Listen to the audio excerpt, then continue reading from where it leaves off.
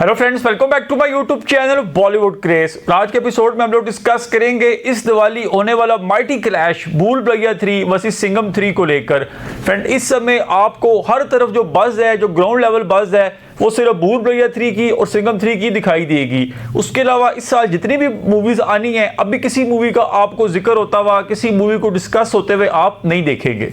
Friend, जब कोई दो बड़ी मूवीज का आपस में क्लैश होता है तो जिस दिन उन्होंने रिलीज होना होता है उस दिन तो क्लैश होता ही होता है, लेकिन उससे पहले पूरा 1-2 मंथ छोटे छोटे क्लैशेस भी हमारे सामने आते रहते हैं। जैसे अब आपको लेटेस्ट मिसाल मैं दूंगा कि अभी भूल भुलैया 3 का टीजर आया था 27 सितंबर वाले दिन, तो अब सिंघम 3 का डायरेक्ट ट्रेलर आएगा 3 अक्टूबर वाले दिन। इसी तरह 5 या 6 अक्टूबर को आपको भूल भुलैया 3 का फर्स्ट सिंगल देखने को मिलेगा। उसके 4 दिन बाद आपको सिंघम 3 का फर्स्ट सिंगल देखने को मिलेगा। तो यानी हर 4 से 5 दिन बाद आपको कभी भूल भुलैया 3 का कुछ कंटेंट शेयर होता हुआ दिखाई देगा, तो कभी सिंघम 3 का कोई कंटेंट शेयर होता हुआ दिखाई देगा। एंड ऐसे दो बड़ी मूवीज का जब भी क्लैश होता है तो एक क्लैश स्क्रीन्स का भी होता है कि किस मूवी को कितना स्क्रीन्स मिलेगा डे 1 पे।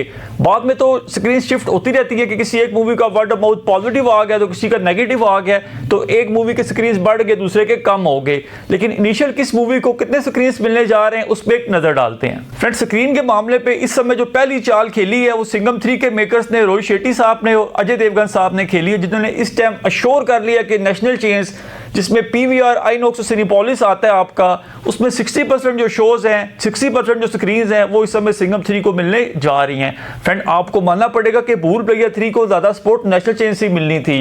जो सिंगल स्क्रीन्स है वहां पे जो मोस्ट फेवरेट फिल्म आएगी या फर्स्ट प्रायोरिटी फिल्म आएगी वो सिंघम 3 ऑब्वियसली आएगी। फ्रेंड, हम एग्जांपल लेते हैं लास्ट ईयर जवान मूवी के, जिसे पूरे देश में मैक्सिमम शोज मिले थे। उस टाइम कोई मूवी उसके क्लैश में नहीं थी, कोई मूवी आसपास नहीं थी। फ्रेंड, जवान मूवी के जो फाइनल शोज थे रिलीज समय वो 12,000 से लेकर 13,000 शोज थे। ये सारे शोज भी ऑलमोस्ट भूल भुलैया 3 और सिंघम 3 को मिलने जा रहे हैं। सिर्फ 1,000 शोज इनके कम होंगे। वो शोज कहां जाएंगे? जिगरा मूवी ले जाएगी, जोकर 2 मूवी ले जाएगी, दीवारा शायद चल रही हो, या इस तरह कोई और छोटी मोटी मूवीज ले जाएंगी। उसके अलावा जो एटलीस्ट 12,000 शोज हैं, 12,000 स्क्रीन्स हैं, वो इस समय आपको सिंघम 3 और भूल भुलैया 3 को देनी पड़ेंगी। तो फ्रेंड, आप 1 नवंबर को देखेंगे कि 7,000 से 8,000 स्क्रीन सिंघम 3 को मिल रही होंगी, जबकि 5,000 से 6,000 के बीच में शोज भूल भुलैया 3 को मिल रहे होंगे। फ्रेंड, अगर दोनों मूवीज की एडवांस बुकिंग बढ़िया उठ गई और दोनों मूवीज का बज़ अच्छा खासा बन गया तो आप देखेंगे दोनों मूवीज को एक्स्ट्रा शोज भी अलॉट किए जाएंगे। यानी माइट भी पॉसिबल कि मॉर्निंग का जो फर्स्ट शो है वो सुबह 4 या 4:30 बजे भी लग जाए और रात का जो आखिरी शो है वो कहीं ना कहीं 12 से 1 बजे के बीच में भी लग जाए। ये डिपेंड करता है कि दोनों मूवीज को जब एडवांस बुकिंग स्टार्ट होगी तो दोनों को रिस्पॉन्स कैसा मिलेगा।